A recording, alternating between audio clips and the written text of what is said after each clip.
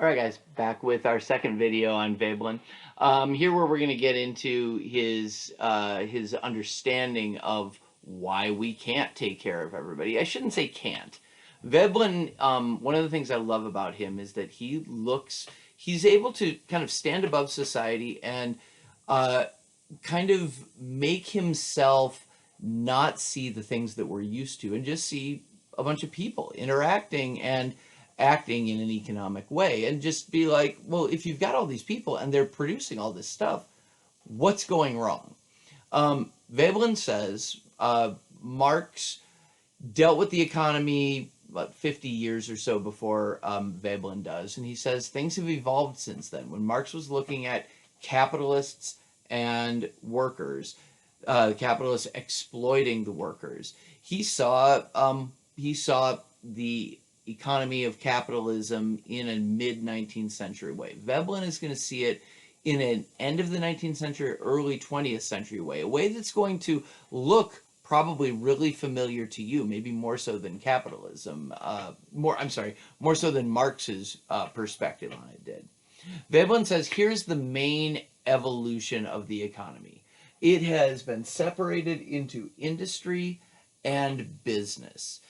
Industry he loves. Industry is, if you're looking down from above, what you see is people producing the stuff that everyone needs, which is exactly what he wants to have happen so that people can be taken care of.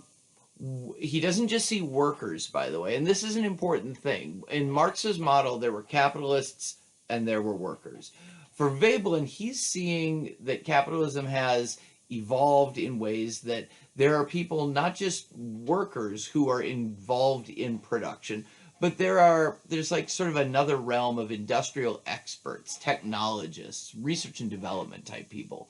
And he says that they're involved. If you look down, what you see is them kind of organizing the workers in a certain way, the workers producing all this stuff. That's industry. Business is a different realm. It is the realm in the economy involved in making money. And Veblen hates these people. I mean, he's pretty passionate, probably on par with Marx in terms of how much he hates them. Here's what he said, and business, like, this is familiar to us, right? Our corporations now, like, corporations make things, but we're also aware that there's a whole realm of people in a corporation that don't have anything to do with production. They're in sales, or they're in accounting, or they are in marketing or advertising or whatever, that don't have anything to do with the actual production of useful goods for people. This whole sphere of the economy, Veblen's like, we don't need that. All that is doing is getting in the way of what the economy is supposed to do, which is employ the industrial arts, that body of knowledge we have, so that we can meet people's needs. So here's what he says about this. There are different interests. The interest of industry, and this is important, the difference of industry is to create the maximum output of goods at the lowest cost. So we want to figure out how to make things run efficiently. Industrial experts want them to run as efficiently as possible to produce a lot of cheap goods. These are, in part, it's because these are the people who are going to be, buying those goods, but also that's just, in Veblen's mind, that is the sort of culture of working in industry. Make things well and make them better and make them more efficiently. That's the industry's side's business. Business's interest is different. So I'm gonna go back to industry for just a moment so that we can juxtapose the two. Industry wants to make the maximum number of goods at the lowest cost. Business wants to not make the maximum amount of goods, and they want to sell them at an enhanced price. They want to have moderate output, but whatever level of output is going to make the most money.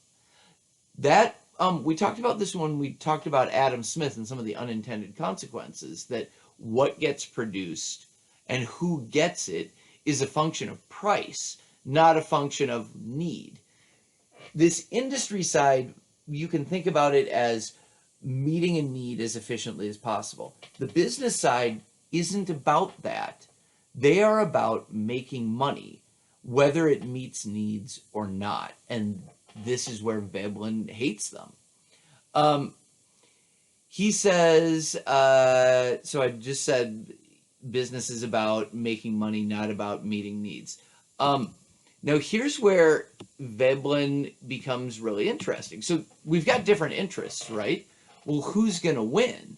If these people are interested in maximum output for low price, and these people are interested at moderate output for high price, who's going to win? Well, who's in charge of a corporation? The business side is. So what he said is business sabotages industry. Now, you don't want to think about sabotage in this case as like we are going to go in and destroy the machinery or something like that. But remember, he has a very pure view of what industry is about. It's about meeting needs. So anything that distracts or takes away industry's ability to do that could be, from a looking down at society perspective, we could consider that sabotage. You are doing things intentionally to make industry not work as well as it could. And he says this is done by restricting production. You can restrict production within a corporation by laying off workers, or by closing plants, or by just deciding you're not going to produce as much stuff. All of those would make good business sense if they raise the price so that you're going to make more money. But they also are obviously sabotaging the role that industry is supposed to play in a society. It's supposed to meet people's needs. So that is restricting production within a corporation. But business also restricts production between corporations. It makes industry less efficient by things like holding a patent. So my corporation is allowed to make things in this way or this type of product, but nobody else can. Now, from a business standpoint, that makes total sense. But from the standpoint of industry, no, that's a horrible thing to do. If you know a more efficient way of doing things that will meet everyone's needs, share that information. It's not a good business decision, which again is going to be what engenders Veblen's hatred. It's good for making money for me to patent things or to hold copyrights on things, but it's bad for the general public. It's bad, to go back to Adam Smith, for the wealth of nations, the whole point of having this market economy and this division of labor. For Veblen, having this side is wasteful and parasitic. It's wasteful because it wastes resources. Laying people off rather than employing them to make stuff, that's wasteful. It wastes our ability to create things. There are even today, there are places where fruit or food of different types grows and where it never makes it to market and is allowed to just rot in the fields because it would cost more to bring it to market rather than to just let it rot because the price is relatively low. That's a business decision. It's a wasteful decision. People could eat that. We produce that, but business runs the show. So it wastes resources. It also engages in what he calls wasteful endeavors. So the idea of all of those things involved in selling, market research, marketing, advertising, all of that stuff, and actual sales. And I don't mean to insult anybody here. Like if your parents are involved in that, or if you're going to go and get yourself involved in that, I'm not saying that's horrible. But Veblen is saying it's absolutely a misallocation of resources. You have intelligent people who are doing something that has nothing to do with industry and only things to do with business. So wasting resources and wasteful endeavors. Veblen also says that business is parasitic, and you can see where that would come from based on the fact that he has separated industry from this. Anybody who's working over here, Veblen says, what are you doing to contribute? Why are we paying you a lot of money if you're not actually involved in the production of things that we need? He has a term which is called free income. And free income for him is what the vice president of marketing is getting.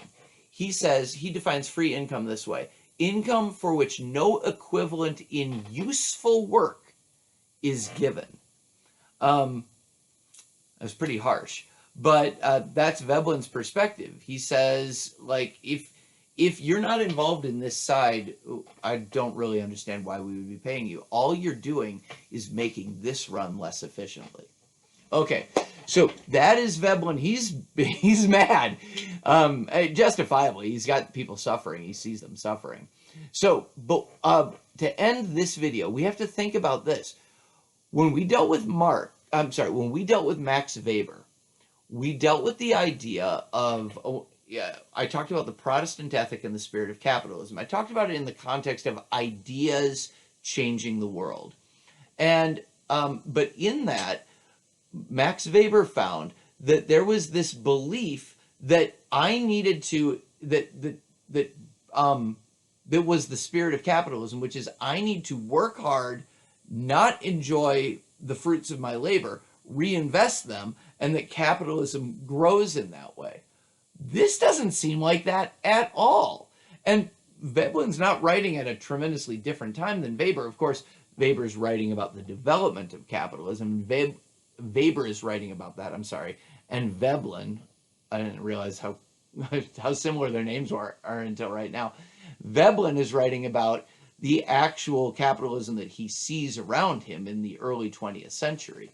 So the question that we need to answer now is, what happened between those two times? How did we get from the Protestant ethic and the spirit of capitalism to this separation of industry and business? That'll be the topic of our next video.